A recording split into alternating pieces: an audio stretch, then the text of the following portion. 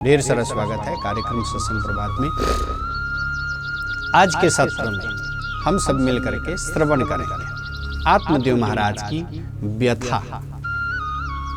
कथा नहीं, आत्मदेव महाराज के जीवन की व्यथा। क्यों? क्योंकि हरेक पिता का यही तमन्ना है कि मेरे बच्चे खूब अच्छे हों, सुसंस्कारवान हों और वृद्धावस्था के ये मेरुदंड यानी लाठी बन करके हमारे जीवन को पार कर दे। जब भी कोई माँ अपने उदर में अपने बच्चे को रखती है ना, तजेहि ते कछु निज स्वार्थ होहि, तेहि पर ममता करे सब कोई, जेहि ते कछु निज स्वार्थ होई।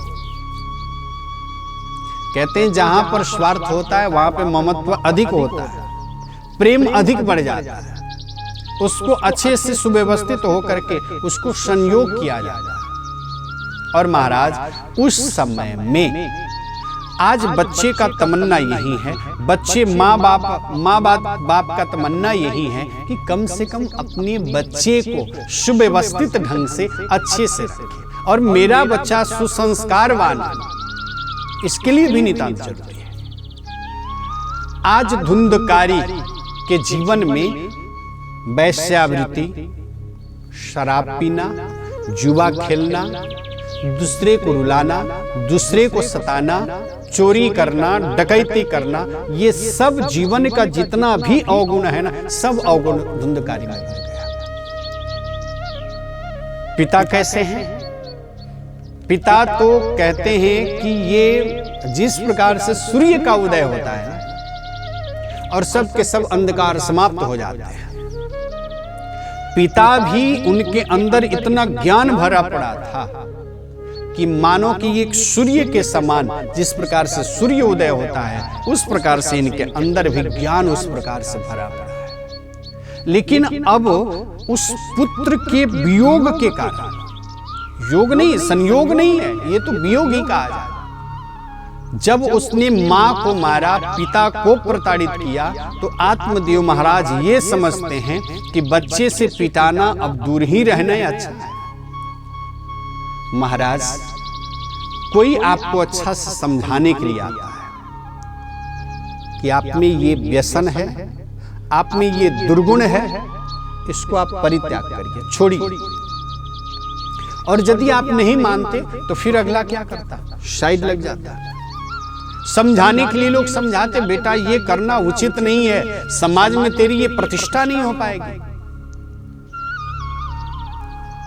अनेक प्रकार से बातें कर रहा था रावण भगवान राम के प्रति, अपने आप को बड़ा ही उच्च दिखा रहा था कि मुझसे बड़ा बलवान कोई नहीं है, उस राम में इतना ताकत है कि मुझसे आकर के सामना करे। महाराज बहुत सारे बातें करता था। उसी समय में विभीषण जी महाराज आए और विभीषण जी महाराज आकर के हाथ जोड़ करके कहते हैं, भैया ये उचित नहीं है भाई, तेरे ये काम ये उचित नहीं है।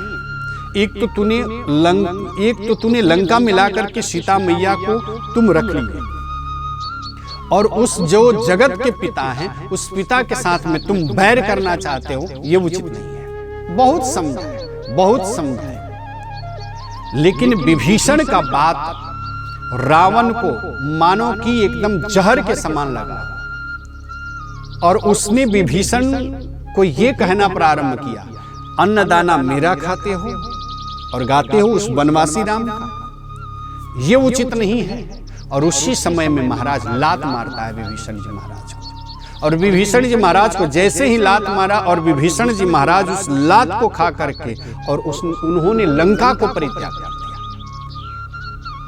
और कहते हैं गोस्वामी तुलसीदास जी महाराज की जिस समय में विभीषण को रावण ने जब लात मारा ना, तो रावण अभागा हो चुका था, भाग्यहीन हो चुका था। विभीषण जी महाराज लंका को छोड़ करके चल दिए, आकर के राम के दल में मिल गए। भगवान राम का दर्शन हुआ, जीवन पावन हो गया। जिस राम के दर्शन के लिए 1000 वर्ष से लोग तपस्या करते हैं, फिर भी राम का दर्शन नहीं होता। ये नयन हमारे पावन हो गए कि राम के साथ में आकर के मैं जुड़ गया और राम के साथ मेरा एक संबंध बन गया, मेरा जीवन पावन हो गया, मेरा जीवन कृतार्थ हो गया। आज वही स्थिति, आज वही स्थिति आत्मदेव महाराज बार बार धुंधकारी को समझाते हैं, धुंधकारी समझने के लिए तैयार नहीं है। और वही धुंधकारी अपनी मां को जो है जाकर के प्रताड़ित किया, हाथ उठाया, उसी दिन से ये अभागा हो गया। धुंधकारी के जीवन में अब कोई सार तत्व रहा ही नहीं। जिसने अपने जीवन में मां के ऊपर हाथ उठाया हो, जिसने अपने जीवन में बाप के ऊपर हाथ उठाया हो, उसका जीवन यूं ही नरक बन गया। समझ लेना, इस जीवन को तो तुम काट रहे हो। यदि आपके अंदर भी वो धुंधकारी आकर के बार बार उछाल मारता है ना, और यदि किसी कारणवश आपने अपने पिता के ऊपर हाथ उठा दिया हो, तो ये समझ लेना चाहिए कि जीते जीते वो व्यक्ति मरा हुआ है, जीते जीते ही मरा हुआ है। उसके जीवन में अब कोई सार तत्व नहीं है। जिस मां ने अपने उदर में रख करके उस बच्चे को पालन किया, पोषण किया, उस मां को प्रताड़ित करना, उस मां को कष्ट देना, उस मां को दुख देना, ये जीवन में इससे बड़ा नरक कोई हो ही नहीं सकता। और धुंधकारी ने हाथ उठाया, रुलाया, कष्ट दिया, परेशानी में डाला। और महाराज इस प्रकार से धुंधकारी सबको कष्ट दे रहा है, सबको परेशान कर रहा है। उसके जीवन में इस प्रकार से जो है, अब मन में ऐसा विचार आया, आत्मदेव महाराज अब क्या करें। जिस दिन मां जब पिटाई खाई ना, तो सबको छोड़ करके रात्रि में ही कुआं में डूब करके और मर गई, समाप्त हो गई। मैं न रहूंगी, न इसके व्यथा, इसके दुख, इसके कष्ट, इसके परेशानी, इसके ये धर्म से निवृत्त होकर के जिसने जाकर के कुकर्म में लग गया हो, इसको फिर मैं देखूंगी नहीं। इसी के लिए उसने अपने जीवन को गंवा दिया। कौन? धुंधली समाप्त हो गई, मर गई। अब आत्मदेव महाराज घर में नहीं रहते, और घर में भी रहते तो कैसे रहते, ये उत्पात मचा करके रखा था धुंधकारी। दूसरी बात, उतना साधना नहीं है, उतना साधना नहीं है कि हम जाकर के जंगल में जाकर के हम वास करें। और महाराज संयोगवश घूमते फिरते, संयोगवश उस समय में पिता के संशय को देख करके, पिता के उस दुधार में फंसे हुए देखकर गोकर्ण जी महाराज आकर के प्रणाम करते हैं और कहते हैं कि पिताजी आप इतना दुखी क्यों हो? मां तो संसार छोड़ करके चली गई, आप इतना दुखी क्यों हैं?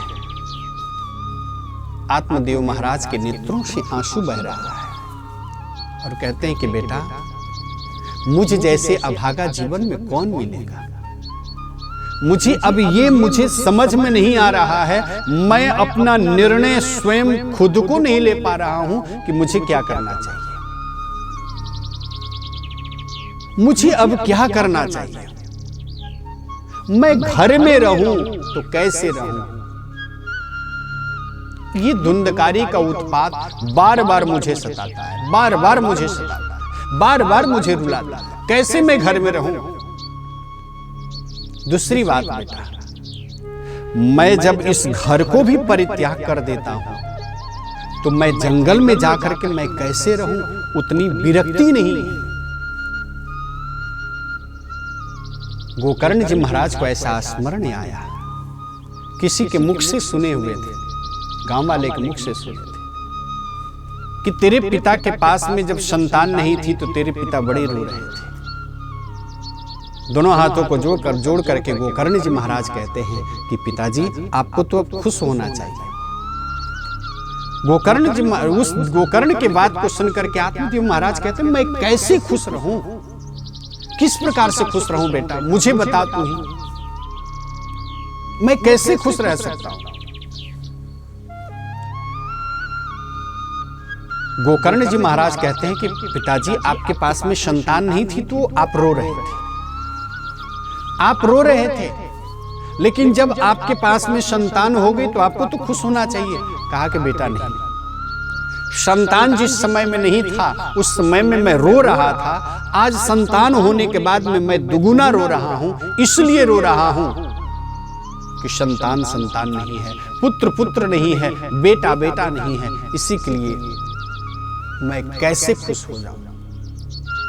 बेटा मुझे कोई मार्ग तुम बतलाओ, मैं क्या करूं। आज उल्टी गंगा बह रही है। हर एक पिता अपने पुत्र को उपदेश करते हैं, शिक्षा देते हैं, लेकिन आज वही बेटा अपने पिता को उपदेश करने चला है। कौन? गोकर्ण जी महाराज। जय हो गोकर्ण जी महाराज की। गोकर्ण जैसे संतान, गोकर्ण जैसे पुत्र सबको प्राप्त हो। आज गोकर्ण जी महाराज कहते हैं कि सबसे बड़ी बात है ये शरीर जो पिताजी आप जो देख रहे हैं ना, ये शरीर, वो गाना जो गाया गया था ना कि पर्दे में रहने दो, पर्दा न हटाओ, एकदम सत्य बात है महाराज। ये शरीर सिर्फ चाम से ये मढ़ा हुआ है, सिर्फ चाम से मढ़ा हुआ है। इसके अंदर यदि थोड़ा सा भी निकल जाए ना, खून निकलेगा। यदि घाव हो जाए तो पीप निकल जाएगा। हड्डी रक्त मज्जा से सिर्फ ये शरीर बना हुआ है। और गोकर्ण जी महाराज अपने पिता को बड़े ही सुंदर उपदेश करते हैं कि देहस्ति मांस रुधिरे भीमतिम त्यजत्वम जाया सुता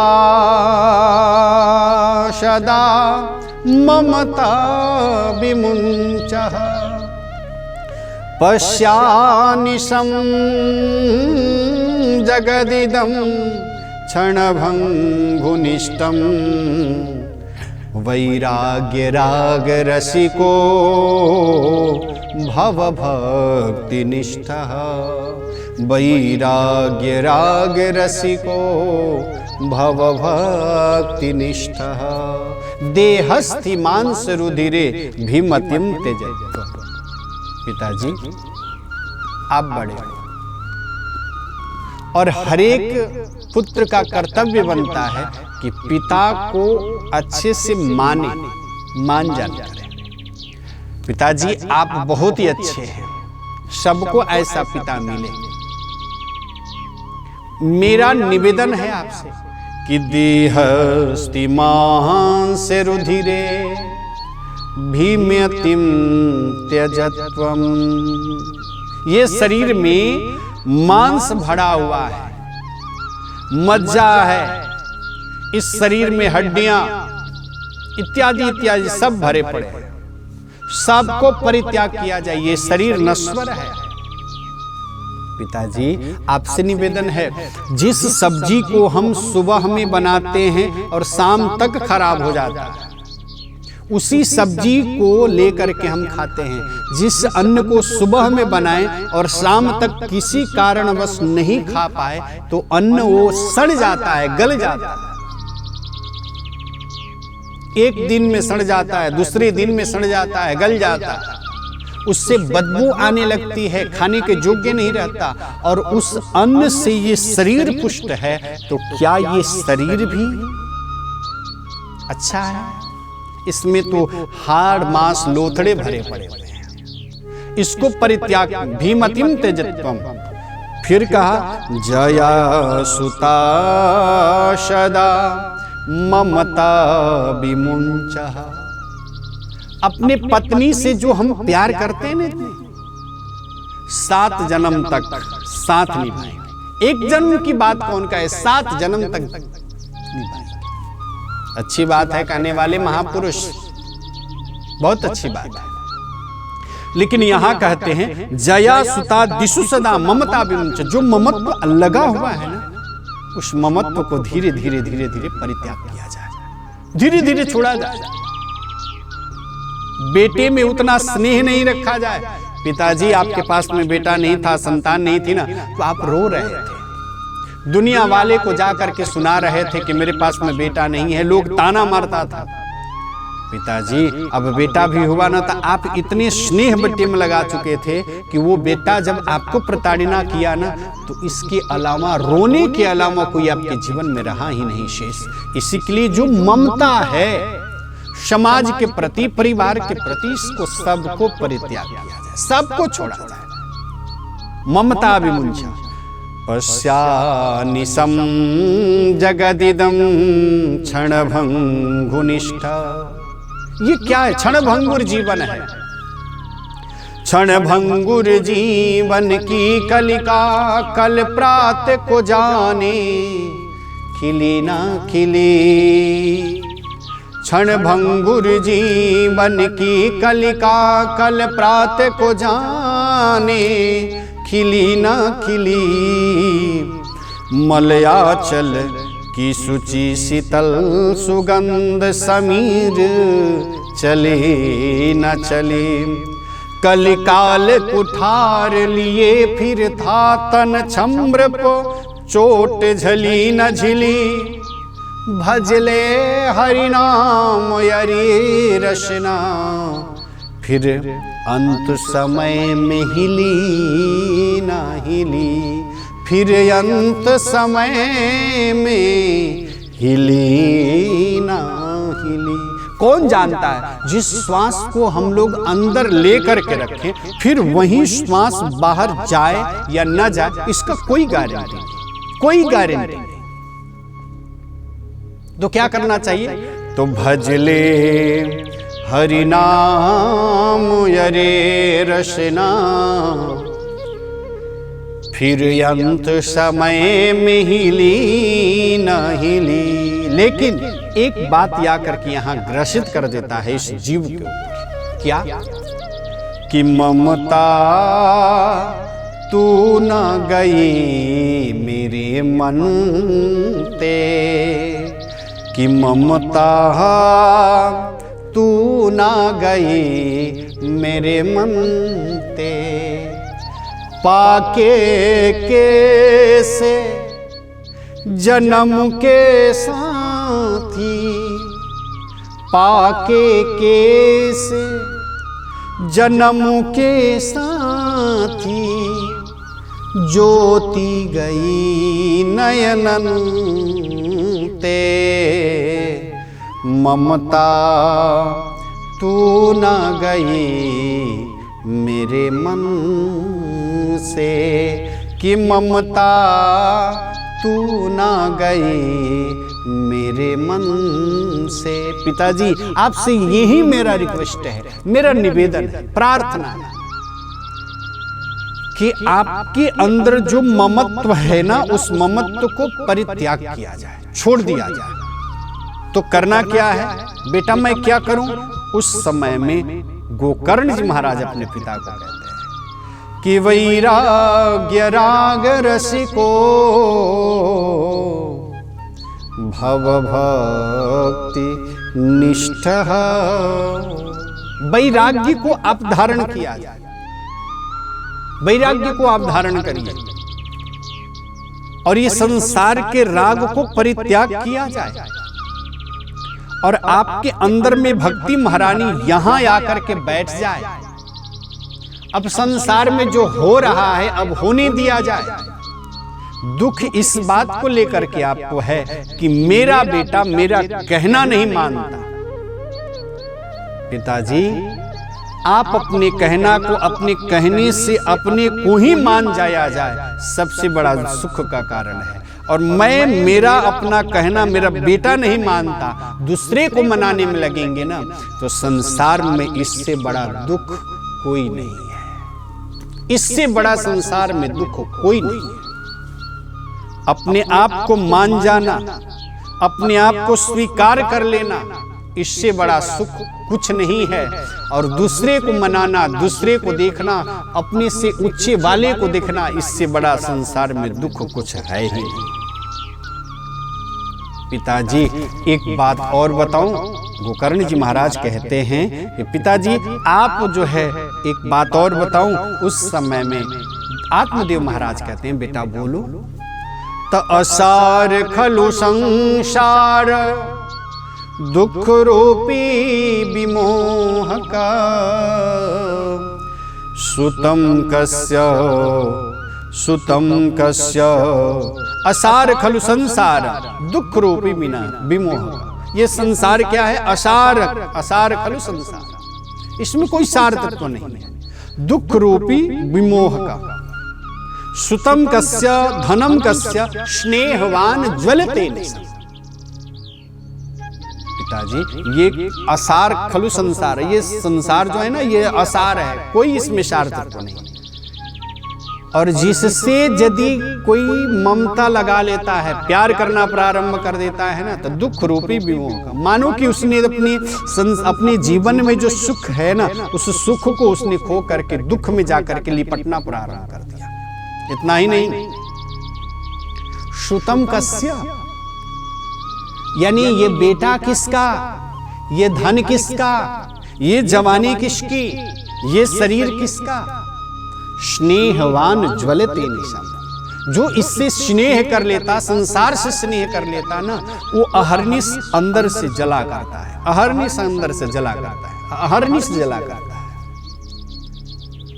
इसी के लिए पिताजी आपसे निवेदन है कि ये जो ममत्व है, इस ममत्व को परित्याग किया जाए, छोड़ा जाए, जीवन पावन हो जाएगा, जीवन कृतार्थ हो जाएगा। इतना ही नहीं, एक चीज और गोकर्ण जी महाराज बनाते हैं। न चंद्रस्य सुखम कस्य न सुखम चक्रवर्तिनः सुखमास्ते विरक्तस्य मुनिरेकांत जीविनः। पिताजी आपको ऐसा लगता होगा ना कि इंद्र भगवान भी सुखी होंगे, तो इंद्र भी सुखी नहीं है। न चंद्रस्य सुखम कश्चित, जो चक्रवर्ती सम्राट जो राजा है ना, उसके भी पास में सुख नहीं है। इंद्र जो देवताओं के राजा कहे जाते हैं, उनके पास में भी सुख नहीं है। सुख कैसे होगा महाराज? जब नारद जी महाराज साधना करना प्रारंभ कर देते, तपस्या करना प्रारंभ कर देते, इंद्र का इंद्रासन डोलना प्रारंभ हो जाता। और उस समय में इंद्र का इंद्रासन जब डोलना प्रारंभ हो जाता, उस समय में इंद्र आकर के विघ्न डालने के लिए तैयार हो जाते। सुख होता तो होता, उनके भी पास में सुख नहीं है। चक्रवर्ती जो सम्राट, उनके भी पास में सुख नहीं है। तो बेटा इस संसार में सुखी कौन है? तो यहां पर गोकर्ण जी महाराज बताते हैं